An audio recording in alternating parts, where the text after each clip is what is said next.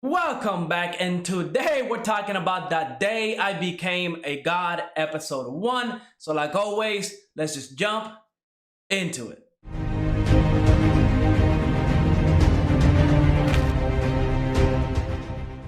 The day I became God, I was really looking forward to this anime. One, I am trying to diversify my content that I do on YouTube, but on top of that, the director of this anime is the same director of Charlotte, and he also wrote the story for Angel Beats. Two animes that I always heard a lot of people talk great things about. So if you're a fan of Angel Beats or Charlotte, definitely check this one out. You might love it.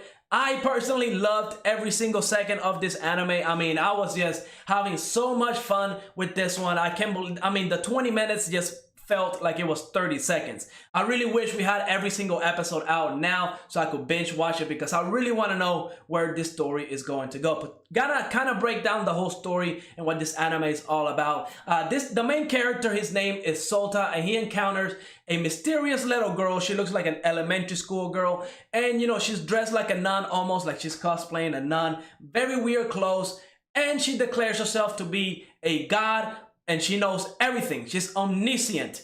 That means that she knows every outcome of every situation. She knows everything that would ever happen. She knows everything, okay? And she definitely proved that she knows everything. Overall, I mean, the characters were set up very, very well. I'm really looking forward to see where this is going to go, because I loved the way Odin behaves, right? Even though she's a god, she still behaves like a little kid and acts like a little kid. And you would think, why would a god act like that, right? I'm guessing she's trying to join like the humans and see how the humans behave when the world is coming to an end. She declared that in 30 days the world will come to an end. And at first you might think, well, she's a little kid, you're not going to believe her. But as the episode goes on, she starts making all these predictions that end up coming true. I mean, right off the bat, when Sota was taking Odin to the library to speak to Izanami, she kind of walked by a convenience store, picked up an umbrella because she knew it was going to rain. Then whenever they were trying to get on the bus, she told Sota, don't worry about it,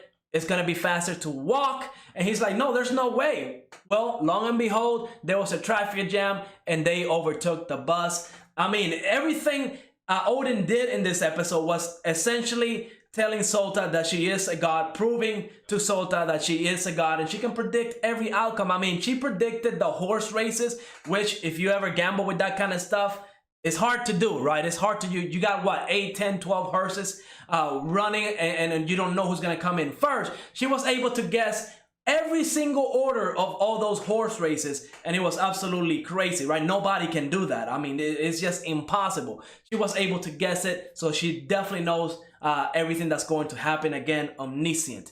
Now let's talk about Izanami, because this girl, she seems to be like the other main protagonist to this anime. She is the love interest for Sota, and we see that she's very cold, but she did believe that Odin was a god. We don't know what that's all about. I mean, I feel like Odin, again, since she's omniscient, she has to be doing something, right? There's a reason why she approached Sota. There's a reason why she's talking to Izanami. She knows everything, so there's definitely something to her goal as to why she's talking with Sota. Now, I will say, whenever Sota said his full name, Sota, I believe it was Narukami, she kind of said that he was the god of the sun. I don't know exactly what that means.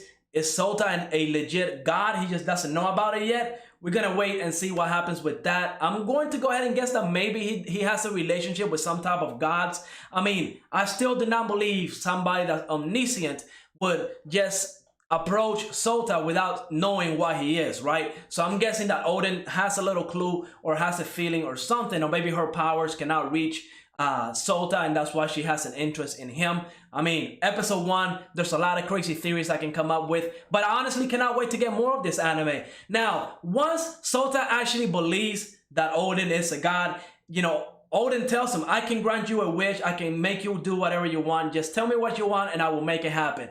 And he wishes to be in a relationship, or go out, be Izanami's boyfriend. Now, how is this going to happen? Well, Odin, since she knows everything, she's able to make different situations to make Izanami make Sota the ideal man for Izanami. And the first way to do this was through playing baseball. Now, once again, we see Odin's power. She was able to tell Sota every pitch that was coming, but he was still striking out, right? He did not hit the ball. He did not make a home run. So of course, Izanami was probably not impressed by that. Again, her emotions are never shown. She's like very blank. We don't know what she's thinking. And Sota declared his love for her, and he was crushed. I mean, he was just crushed. But here's my theory, right? Odin knows everything, right? She proved her power to be true. She knows everything. But you might say, well, she didn't know about the pitches and how Sota was going to be, you know, struck out. Well, I would argue that she knew exactly what was going to happen. She knew he was going to be, you know, stroke out. He was not going to hit the ball. It was impossible for him to do it. But I'm guessing this is the only way, right? She's setting up every single scenario for at the end of the 30 days when the world is supposed to end. At the very least, Sota and Izanami will be in a relationship. I'm guessing this is what this anime is going to be all about, where Odin is essentially making every single situation possible for Sota to be in a relationship with. Overall, absolutely great episode. I really want to meet Sota's parents because at the end of the episode, he called them up saying there's a little girl that wants to stay with us. She's a complete stranger, right? You don't want her to come, right? Like, you're not going to take care of her.